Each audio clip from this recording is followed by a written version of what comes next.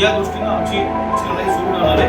जोपर्यंत शेतकऱ्यांना न्याय मिळत नाही तोपर्यंत ही लढाई थांबणार नाही. एवढं आयुष्य चालू शेतकऱ्यांसाठी एवढे भविष्य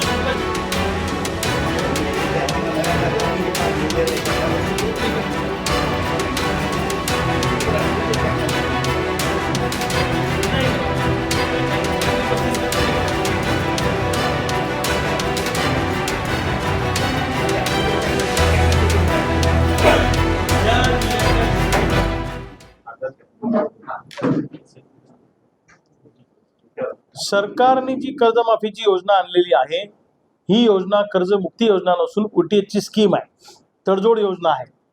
सरकारने म्हटलंय की आम्ही 2010-21 ते 30/9/22 ला जे लोक थकीत आहेत त्यांना आम्ही 35% रक्कम देऊ, उरलेली रक्कम बँकांनी सोडून द्यायची आहे. हा शब्द वापरला त्यांनी त्या याच्यामध्ये इंग्लिशमध्ये, सोडून द्या, राईट ऑफ करा, सोडून द्या.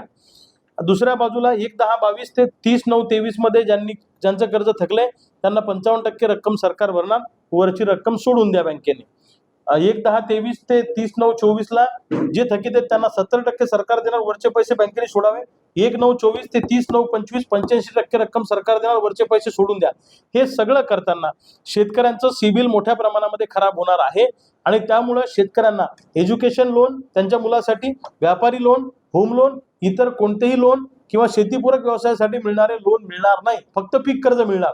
मग 56 लाख शेतकऱ्यांचं सिबिल जे खराब होणार आहे त्याची जबाबदारी राज्य सरकार घेणार आहे का, या बाबतीमध्ये सरकारने स्पष्टीकरण द्यावं अशी आमची मागणी आहे. दुसऱ्या बाजूला रेग्युलर कर्ज भरणारे शेतकरी सुद्धा यांना 2 लाख रुपयाच्या कर्जमाफीमध्ये समाविष्ट केलं पाहिजे. ITR भरणाऱ्या शेतकऱ्यांना सुद्धा कर्जमाफीमध्ये समाविष्ट करा. मयत झालेले जे शेतकरी आहेत त्यांचा या वारसांना कर्जमाफीचा लाभ द्या आणि परस्पर पुनर्गठन केले बँकांनी शेतकऱ्यांची परवानगी न घेता त्या शेतकऱ्यांचा सुद्धा या कर्जमाफीमध्ये समावेश करा. यासाठी आम्ही लवकरच मोठा लढा उभारणार आहोत आणि त्याचा एल्गार आणि त्या लढ्याची सुरुवात कोल्हापूर मधून त्या ठिकाणी आम्ही करणार आहोत येणाऱ्या या ऑगस्ट महिन्यामध्ये, असं आम्ही ठरवलेलं आहे. आणि त्याचं कोऑर्डिनेशन वैभवदादा कांबळेंच्या समन्वयाने त्या ठिकाणी होणार आहे, हे मला आवर्जून सांगायचं आहे. पीक विमा योजना जी सरकारने आणलेली आहे ही बंद करा, 1 रुपयावाली पीक विमा योजना चालू करा जुनी, अशी सरकारकडे आमची मागणी आहे. या वर्षी पीक विमा भरणाऱ्या शेतकऱ्यांची संख्या फक्त 50% आहे, पुढच्या वर्षी ती पण राहणार नाही. कारण या वर्षी ही योजना अशी आहे की पीक विमाच मिळणार नाही कापणी प्रयोगावर आधारितचा. त्यामुळे 1 रुपयातली जी पीक विमा योजना आहे ती सरकारने आणावी अशी या निमित्तानं आमची मागणी आहे. साखरेचे दर वाढलेले आहेत, त्यामुळे ऊसाचे दर आता वाढवले पाहिजे. ज्या कारखान्यांनी एकरकमी FRP दिली नाही त्यांच्यावर कठोर कारवाई सरकारनं केली पाहिजे. सरकार साखर कारखानदारांच्या पाठीशी आहे, शेतकऱ्यांच्या पाठीशी नाही. पण शेतकरी पुत्रांनी आता ऊसाचा दांडका हातात घेऊन या कारखानदाराच्या आणि सरकारच्या पाठीत घातला पाहिजे. कारखानदार आणि सरकार यांचं संगनमत आहे आणि त्याच्यातून शेतकऱ्यांना लुटण्याचा डाव सरकारचा त्या ठिकाणी सुरू आहे. म्हणून आमचं म्हणणं आहे की या सगळ्या प्रश्नावर प्रचंड मोठं आंदोलन येणाऱ्या काळामध्ये आम्ही उभं करणार आहोत. ऊसाचा दर असेल, दुधाचा दर असेल, कर्जमुक्तीची लढाई असेल, पीक विम्याचा प्रश्न असेल, याच्यासाठी येणाऱ्या काळामध्ये मोठं आंदोलन उभं राहील आणि त्याची सुरुवात कोल्हापूर जिल्ह्यातनं होणार आहे. दुसऱ्या बाजूला क्रांतिकारी शेतकरी संघटनेचा विस्तार करण्याच्या हेतूने महाराष्ट्राच्या कानाकोपऱ्यात आमचे दौरे सुरू आहेत. यामध्ये तरुणांचा ओढा संघटनेकडे जास्त आहे. राजकीय पक्षांपासून आम्ही समान अंतरावर आहोत. आमचं असं नाही की या वर्षी याच्यासोबत युती, पुढच्या वर्षी त्याच्यासोबत युती आणि एका मतदारसंघाला डोळ्यासमोर ठेवून क्रांतिकारी शेतकरी संघटना काम करणार नाही. महाराष्ट्रातल्या सगळ्या पिकांसाठी सगळ्या शेतकऱ्यांना एकत्र करून मोठी लढाई आम्ही उभी करणार आहोत आणि सामाजिक संघटना म्हणून ही संघटना येणाऱ्या काळामध्ये काम करणार. असं आहे, आता दादा फार सिनियर आहेत, आमच्यापेक्षा वयाने मोठे आहेत, माझं बोलणं त्यांना कदाचित रुचणार नाही. पण असं आहे की आमचा जेवढा शेतकऱ्यांच्या प्रश्नावर अभ्यास आहे, अहो आम्ही आमचं लाईफ डेडिकेट केलं ना याच्यासाठी. सत्तेतल्या अनेक पदांना लाथ मारलेले आम्ही आहोत. मी वस्त्रोद्योग महामंडळाचा अध्यक्ष होतो 2014च्या सरकारमध्ये. मी राजीनामा देऊन एसटीने गावाकडे आलो. आमचं आयुष्य शेतीच्या प्रश्नावर गेलंय. आमच्या एवढा अभ्यास कुणाचा असणार आहे? मला ज्यांना ज्यांना वाटतं आमचा अभ्यास नाही त्यांनी समोरासमोर यावं, आमच्यासोबत चौकात चर्चा करावी. कोल्हापूरच्या कोणत्या चौकात यायचं, किती वाजता यायचं सांगा, आम्ही घेऊन येतो. तुम्ही तुमचं बाळ घेऊन या, कागदपत्र घेऊन या आणि 56 लाख शेतकऱ्यांचं सिबिल एकाचंही खराब होणार नाही असं लेखी सांगावं सरकारने आम्हाला या कर्जमुक्ती योजनेमध्ये. नमो शेतकरी योजनेचे 6,000 रुपये सोडा आणि कर्जमाफी घ्या, असं आता शेतकऱ्यांची अवस्था झाली.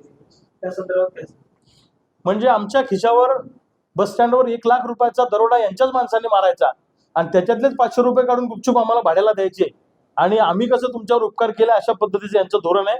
हे चालणार नाही. कर्जमुक्ती घेतलेल्या शेतकऱ्यांना सुद्धा नमोचा हप्ता मिळाला पाहिजे अशी आमची मागणी आहे. कोणतीही योजना शेतकऱ्यांना कटोती करून कर्जमुक्तीमध्ये समावेश अशा पद्धतीचं चालणार नाही. कर्जमुक्ती हा आमचा अधिकार आहे, कारण यांच्या धोरणामुळे आमच्यावर झालेलं कर्ज आहे ते कर्जमुक्त आम्ही झालो पाहिजे. जेव्हा पिकलं तेव्हा लुटलं, आता देणं घेणं फिटलं, आम्ही तुमचा 1 रुपया देऊ शकत नाही. असं झालं तर मोठं आंदोलन उभं राहील आणि त्याची सुरुवात कोल्हापुरात नाही.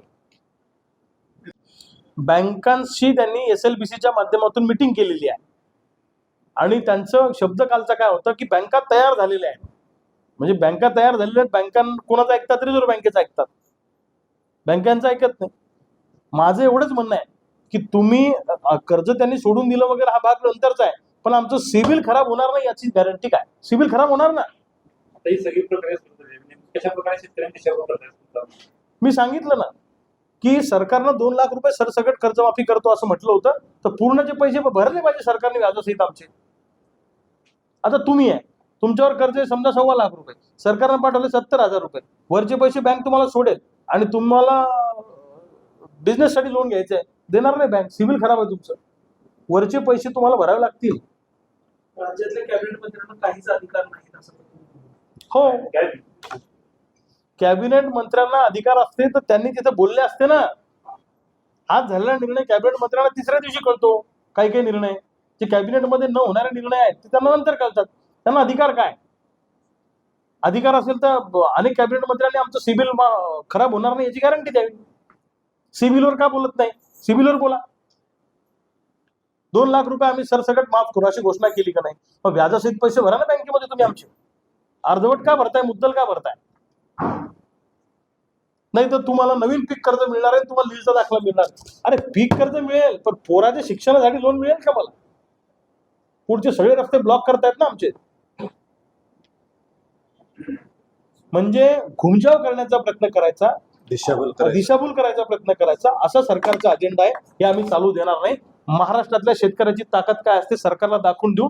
जसं दिल्लीमध्ये विद्यार्थ्यांनी आपली ताकद दाखवून दिली आणि मी म्हणणाऱ्या हिटलरशाही सरकारला झुकवलं.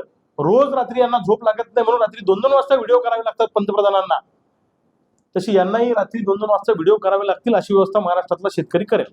क्रांतिकारी संघटनेची भूमिका ही क्रांतिकारी स्वरूपाची राहिली. मगाशी उल्लेख केला की शक्तीपीठ महामार्गाला विरोध, तो विरोध क्रांतिकारी स्वरूपात अजून या भागात दिसलेला आहे. नाही आहे, जिथं जिथं शक्तीपीठ महामार्गावाले शेतकरी आम्हाला भेटतात आमचा त्यांना पाठिंबा असतो. जिथं ते आम्हाला बोलवतील तिथं आम्ही त्यांच्यासोबत जायला तयार आहे.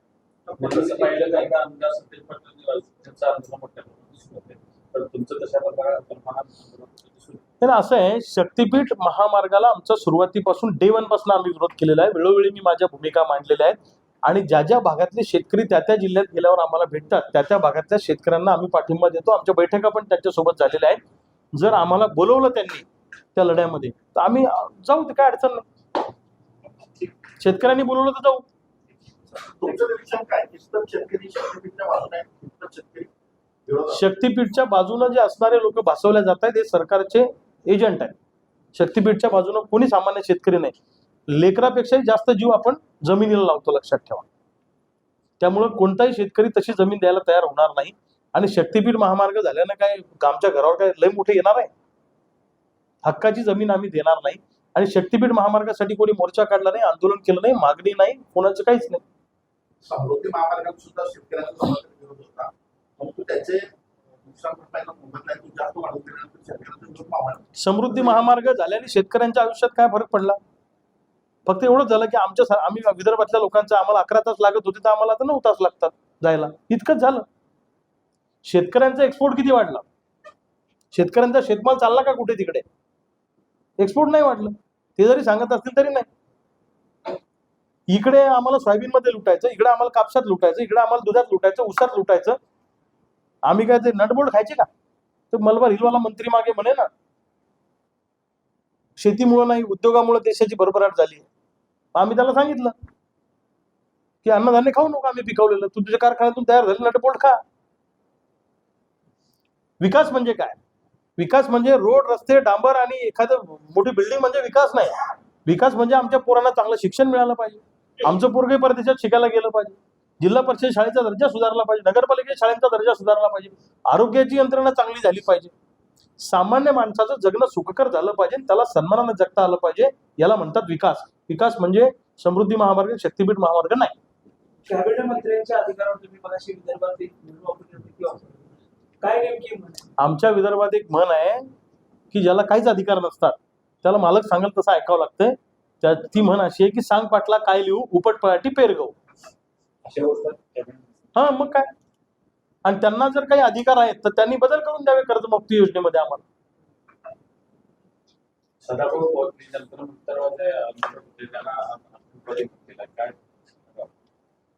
नाही, मला असं वाटतं की विद्यार्थ्यांकडे सहानुभूतीच्या नजरेनं सगळ्यांनी बघितलं पाहिजे. विद्यार्थ्यांचं जे आंदोलन आहे त्यांच्या भावना समजून घेणं महत्वाचे आहे. आजही पंतप्रधानांनी व्हिडिओ करून त्याच्यावर काय मुझे गालिया दिया, मेरे बापू गालिया दिया, हा विषय भावनिकतेचा नाहीये, हा विद्यार्थ्यांच्या आयुष्याचा प्रश्न आहे.